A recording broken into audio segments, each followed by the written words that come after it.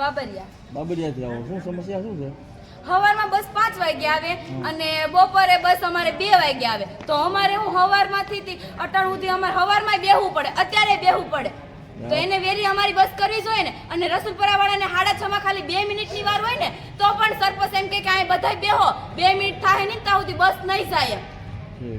ને અમારે ખાલી વિદ્યાર્થી 2 ડગલા પાછળ હોય તો એમ કે નહીં બસ નહીં ઊભી રહે એમ. તો કાલે તમે બધા હતા? કાલે અમે જ બધા 3 વાગે ઘેર ભેગા થા. કાલ 3 વાગે ઘરે પડ્યા. કાયમી માટે આવું થાય છે? કાયમી આવું જ થાય, કોઈ હરખું થતું જ નથી. સવારે 5 વાગે આવે? સવારે 5 વાગે બસ આવે અમારે. તો બસ આયા કેટલા વાગે ઉતારે તમને? આયા અમને 6 ને 13 થાય હોય કે 6 માં વાર હોય. ભણવાનું કેટલા વાગે હોય? 7:30. 1.5 કલાક આયા બસ સ્ટેન્ડમાં કાઢવાની. અને બપોરે 1.5 કલાક બેહવાનું.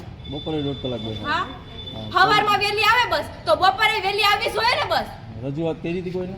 અરે 15 થી 16 વાર કરી પણ આમાં કોઈ ધ્યાન જ નથી દેતું.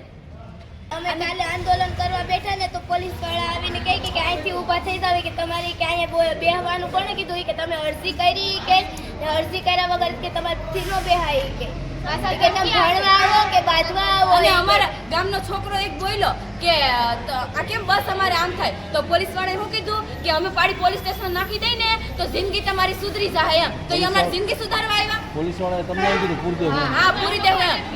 તો અમારા સરપંચે એમ કીધું કે પૂરી દઈ તો હું તમારે ભેગો છું એમ.